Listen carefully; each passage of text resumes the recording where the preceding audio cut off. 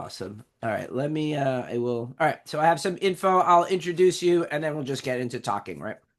All right. So, hey everyone, I am Jason Wendroff Rodnicki. I'm a body-centered grief therapist and I'm going to be talking with Eric Lopkin today, and we are both speaking at the Grief Awareness and Education Conference on Saturday, September 20th from 9 to 4 p.m. Eastern Time at the Mark Twain House and Museum in Hartford, Connecticut. You can get tickets from gac.eventbrite.com. The link will be in the comments.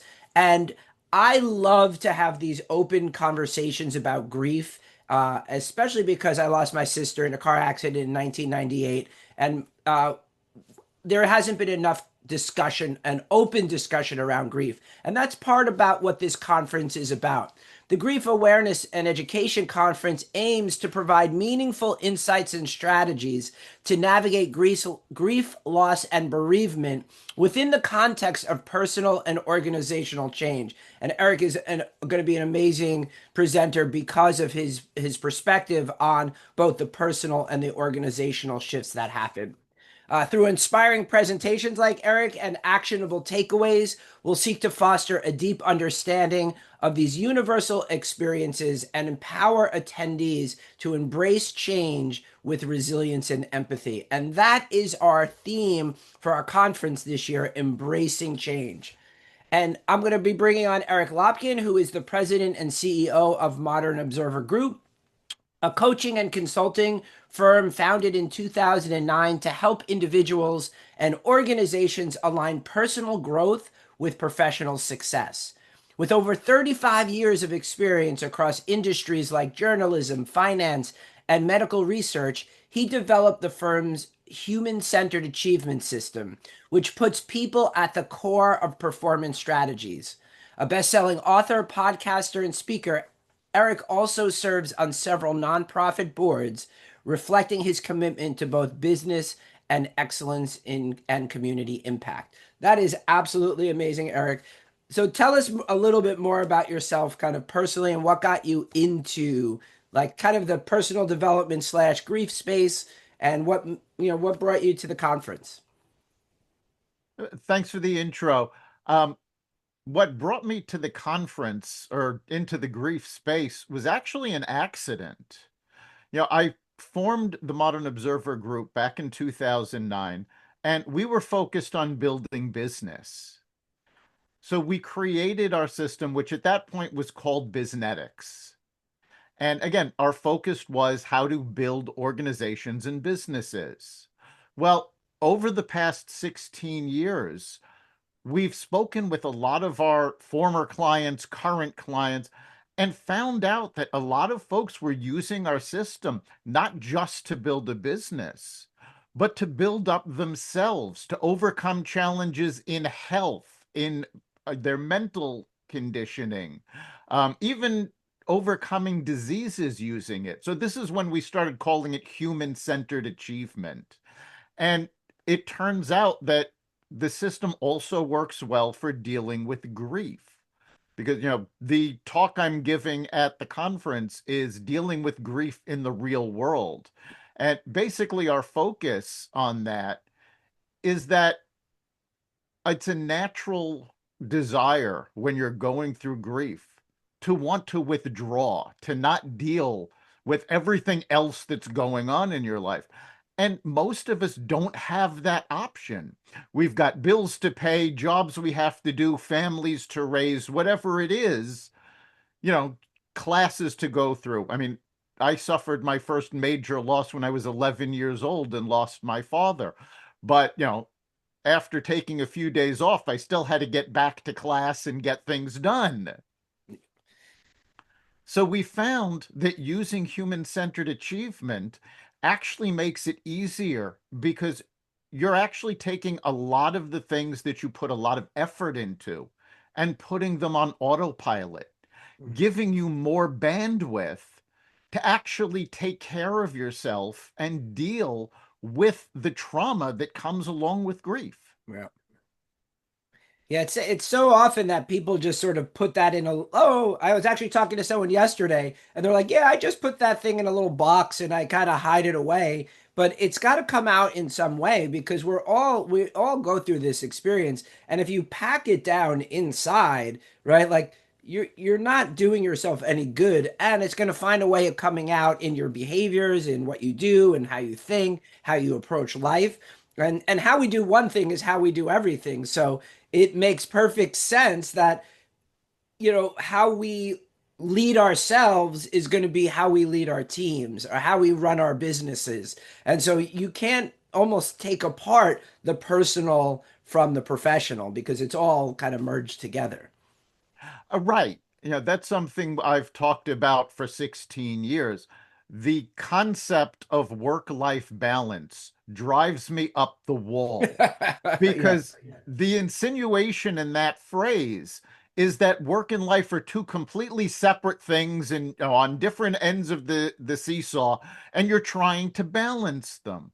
Well, we always talk about work-life integration Yeah. because it is one thing. And you mentioned oh, I just put that in a box and, don't let it. Well, the problem with that is it has to be dealt with. And Mhm. when you're putting grief in a box or any other trauma, you put it in a box and it festers Yeah. when you're not dealing with it. So what happens is it becomes harder to deal with over time. And science has shown that just swallowing the grief, swallowing the pain, not just has a negative effect on your mental health but on your physical health as well. And if you're not operating at 100%, certainly you're not giving 100% to the people that are depending on you. The things you're responsible for are suffering. It all spirals. When you go on an airplane, they give you that safety speech, and they always say, if the oxygen mask drops, put your oxygen mask on first, and then help the people you're with. There's a reason for this. If you're not taking care of yourself, you can't be there for others. You just don't have the resources. Yeah. I always think I sort of reframe like we're always going to have to deal with our grief. We always are dealing with our grief, right? Like whether we put it in a box, that's a way of dealing with it, right? But it's coming out some way. And it's either going to Yep. be constructive or destructive. It's going to be conscious or unconscious. So why not just make it conscious because it takes a little effort in the beginning, but then it so much better in the long run. Exactly. And you're dealing with grief and trauma always has an effect. But you can minimize the effect by actually dealing with it. Mhm. There's an instance in nature that you see on the plains of the United States where there are actually wild cows and wild buffalo. And when a storm is coming, the cows try to avoid the storm. So they try to outrun the storm. Now, of course, the storm is moving a lot faster than a cow can run. So what ends up happening is that the storm hits, but because the cows are running in the same direction as the storm, they're actually being exposed to it for a lot longer and Right. dealing with it worse, where the buffalo run into the storm and push through it as quickly as they can. Yeah. So, I mean, this analogy works for how we deal with any difficulty, not just grief. Facing it head on and dealing with it the best we can, and nobody deals with it perfectly. There's no such thing. But dealing with it head on in the long run is a lot healthier for us, and it makes it a lot easier on ourselves. Yeah, I absolutely love that analogy. I haven't heard that one before. That's really amazing because, even in the early stages, people like, oh, I can't deal with it. I don't know how, like, that's the most important time to deal with it is when it first happens because that's when your patterns start to develop and you either develop patterns that are going to help you or hinder you. And so I think running into the storm is definitely a philosophy that I wish I sort of had the opportunity to do in the beginning, especially because when I lost my sister in '98, the there wasn't a lot of validation around sibling loss. And so I didn't even realize I was supposed to be dealing with my grief because I was, responsible for my parents' grief. And that's kind of what the messages that I was getting. But I would have loved to have run into it sooner. But eventually I had to, because that's what happens.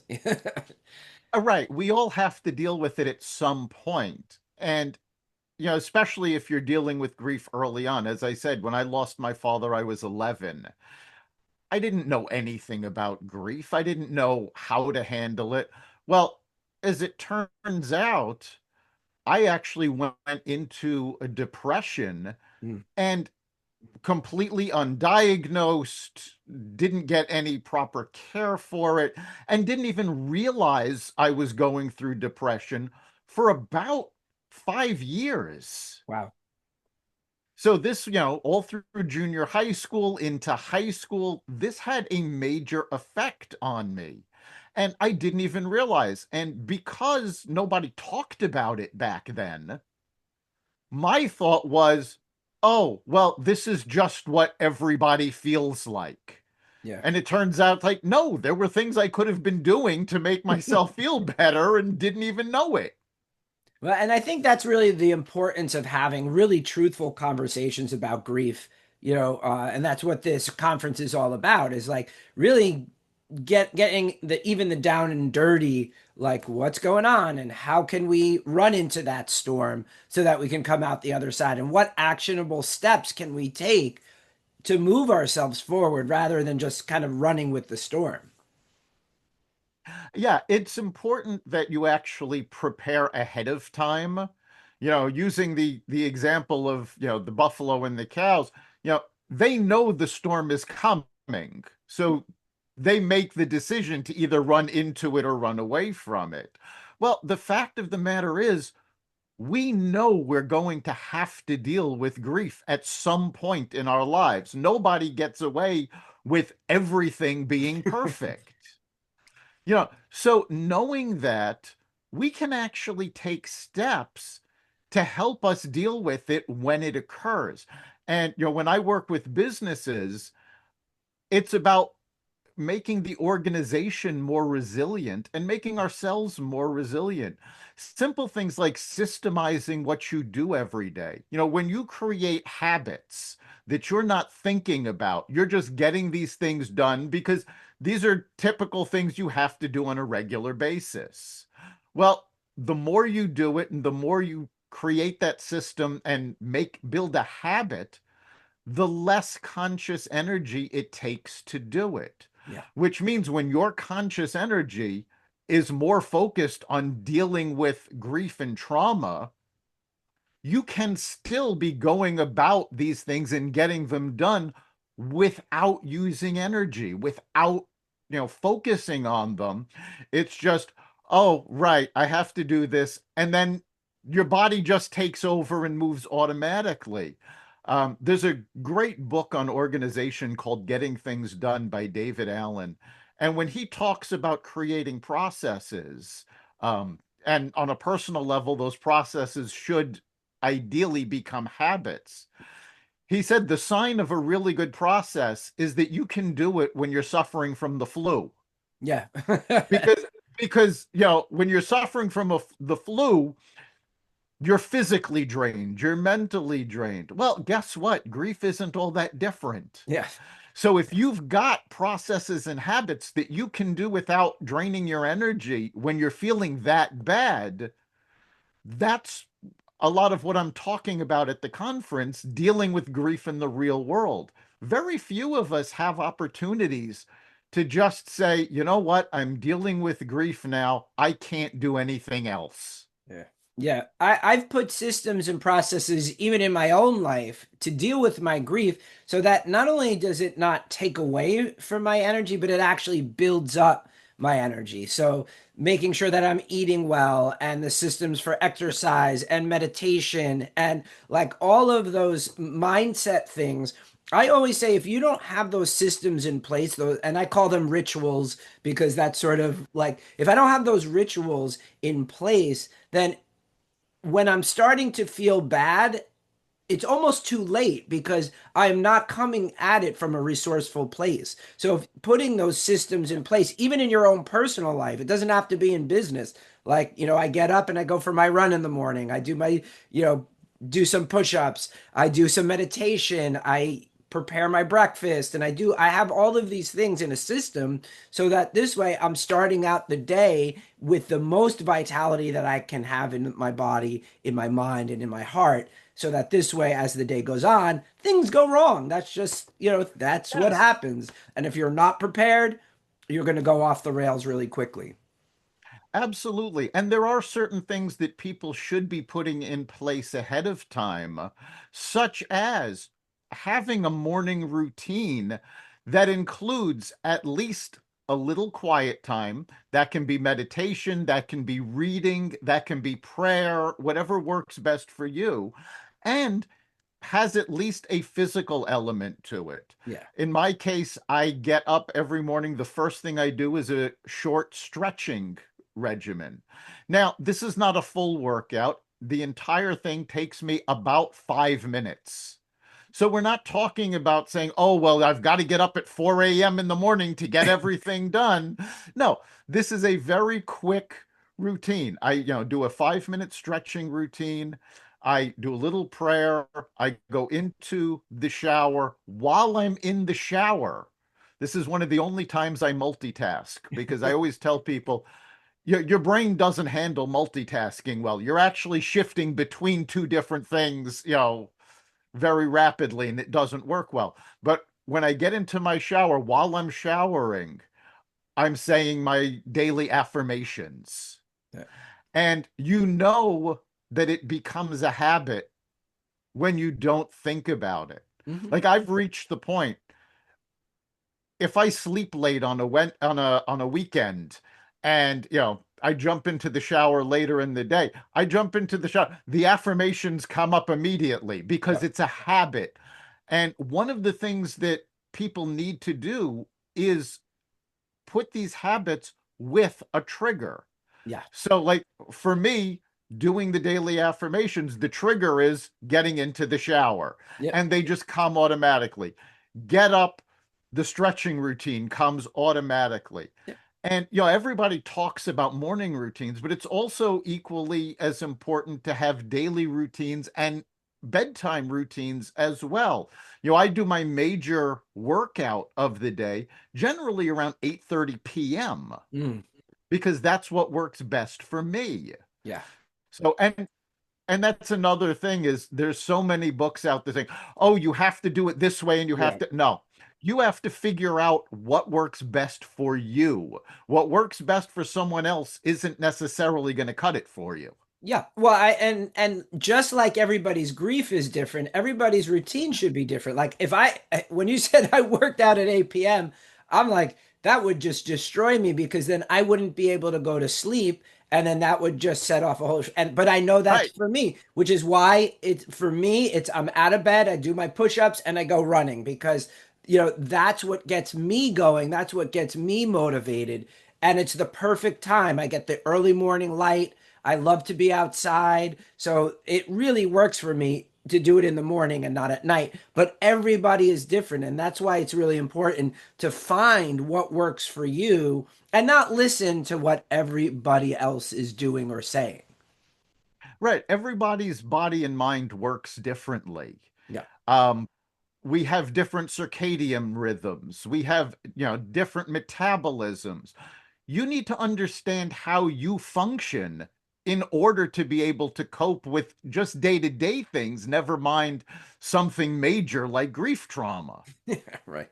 Well, whenever anyone ever says, "Oh, everyone should do whatever the thing is," Yeah, I stop listening because it's just not true. Like if you're saying everyone needs to do this thing in this certain way, then you just don't really understand how people work because you may understand yes. how a third of the people work or maybe even a quarter or a half, but not everybody. And because everybody's got their own rhythms, their own way of doing, their own conditioning, that their own just way of being as a human. So yeah, I'm Right. with you 100% on that. And some of these differences can be very surprising. You mentioned you meditate. I meditate on a daily basis. And in fact, if I go a few days without meditating, I notice physical changes. I get more aggravated, and I'm not relaxing as much. I'm not getting sleep the way I should. But I was actually just reading a study on meditation, and they actually found there's a small percentage of people that when they meditate, it actually has a negative effect on them. Mm. They become more anxious, and some of them got so anxious it actually caused heart problems. Well, So even something that's generally beneficial, like meditation, is not beneficial for everybody. right. And I think people don't realize there's like lots of different styles of meditation as well. I'm not sure Oh, what, yeah. right? Like, so most people think when they think meditate, oh, I'm going to sit, I'm going to close my eyes and focus on my breath or just go inside. But there's very active meditate. I mean, there's walking meditations, there's movement meditations. There's a dynamic meditation. So there's a lot of styles of meditation. For me, I actually almost consider my run like a moving meditation because I sometimes don't put in earbuds and I just listen to my breath. I listen to the birds and I just get in tune with me physically, and that becomes a meditation in and of itself. So yeah, letting go of what those should haves. I can't stand those, and really find what works for you. All right. I mean, in terms of meditation, I mean, first of all, if you can meditate for 30 seconds, Yeah. great. That's, that's a start. You can work on making it longer if you want, but there's no set time that it has to be. There's a lot of misconceptions. Oh, you have to be sitting upright in a, cross-legged position. It's like, no, you can be in any position you Yeah. want. You can be listening to music. You mentioned running. There is an amazing book called Running with the Mind of Meditation Mm. that I can never pronounce the name of the author, but he is a Tibetan Lama Oh, okay. that that runs super marathons. Yeah, yeah, yeah. Gotcha.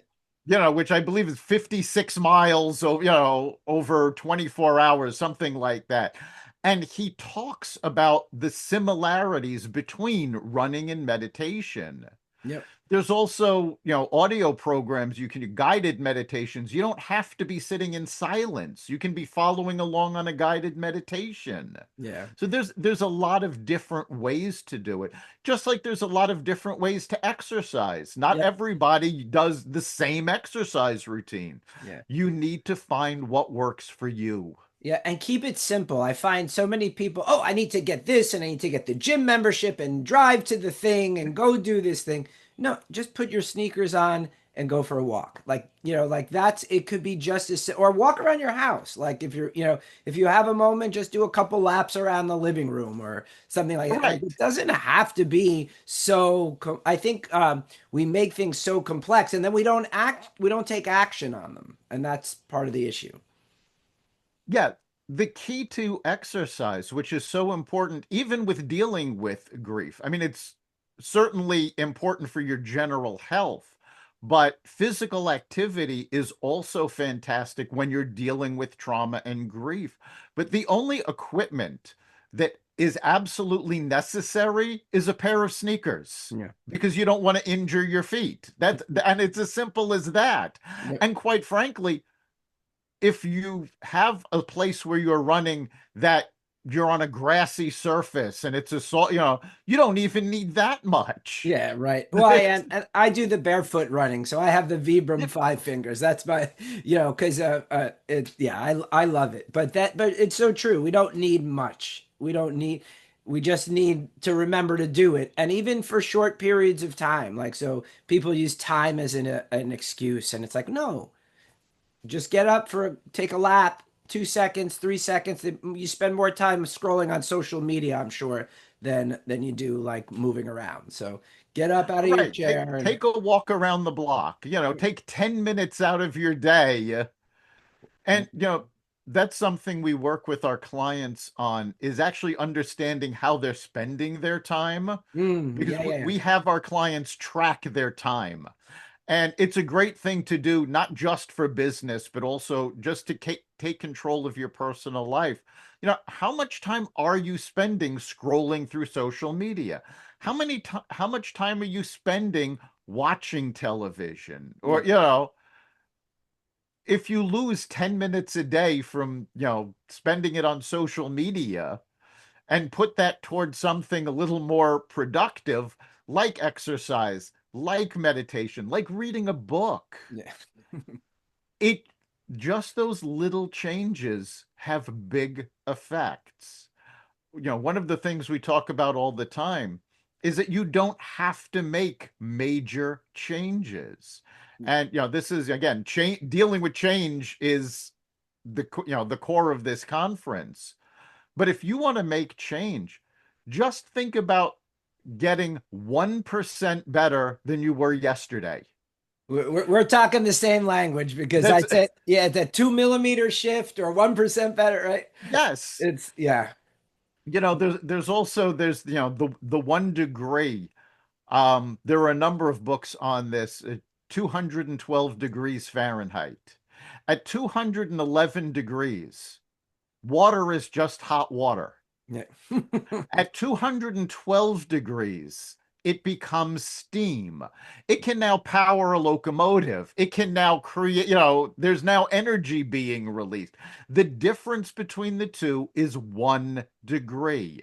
yeah, You don't have to make major changes. yep. You just have to make little ones that are effective. Yeah. Oh, and I'm going to go in with an analogy in the opposite direction, right? Like, so, well, even when we make these 1% changes, we don't necessarily see the results right away. And so Yes. it's like if you're in a room that's 31 degrees Fahrenheit, like so below freezing, below freezing, and you put an ice cube on the table, right? You may raise it 1 degree to 32 degrees and then you won't see a change. You'll raise it to 33 degrees. You may not see a change. 34 degrees, you won't see a change. It's not till you hit that like 35, 36 will the ice actually start to melt. So you could be making these 1% little changes, but not necessarily seeing the result. There's going to be a critical point, though, where you will. And so you just got to keep going until you start to see those results.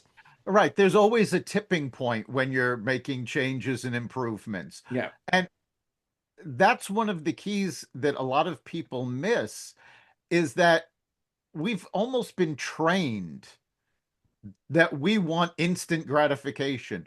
Oh, I worked out yesterday, Yeah. but I didn't lose any weight. Well, it doesn't work that way. You have to get into the habit of doing before you see the results. Yep. But that doesn't mean that you're not making progress, Yeah. because you can't see a result instantaneously in most cases. It takes time to build up to that. Well, if you're not building up to that, you're never going to see the result. Right. Right. Progress over perfection. That's Yes.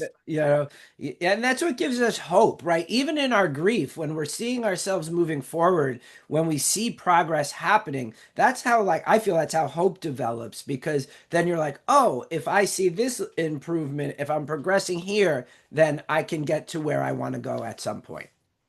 Right. And more often than not, even the gradual improvements that are occurring, you won't notice them until all of a sudden one day there's some trigger that goes, oh, wait a minute. Like when I do my workouts, I do a combination of Tai Chi and weightlifting. So I use dumbbells, and alternate between sets of the Tai Chi and sets of the dumbbells. Well, I was doing this for quite a while. And then, yeah, I saw little improvements, but nothing. And then all of a sudden, one day, I realized I had gotten to the end of the workout and wasn't even winded anymore. Oh, that's great. Yeah. And it's like, oh, wait a minute. So okay, so that means it's time I add another exercise in, or I add another set of reps, or whatever it is. Because all of a sudden you notice, oh, wait a minute, there's a big change that happened here. That's awesome. Yeah, yeah. And so we have to, as we make these incremental changes, as we literally embrace change, right? We have to notice our progress and see, what is the next level? How can we change even more? That's awesome. All right. And something about change that is so crucial for people to understand is that change is the norm.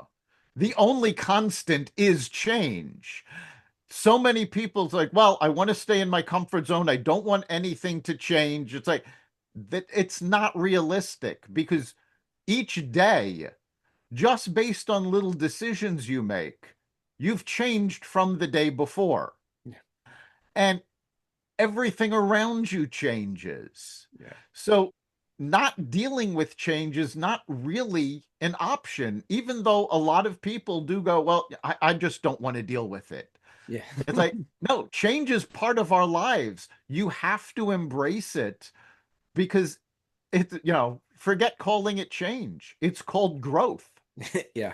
I've been working with, and to kind of we'll wrap it up because I can't wait to meet you in September at the conference, actually face to face. But like the one that the saying that I've been working with lately is that a person can't step in the same river twice because the person is different and the river is different. So Yes. right, and so that I've been thinking about that a lot lately, just because that's how I've been embracing the change that I'm seeing in me, and I can't wait to meet everybody and see the change that happens through this conference that we're doing in September.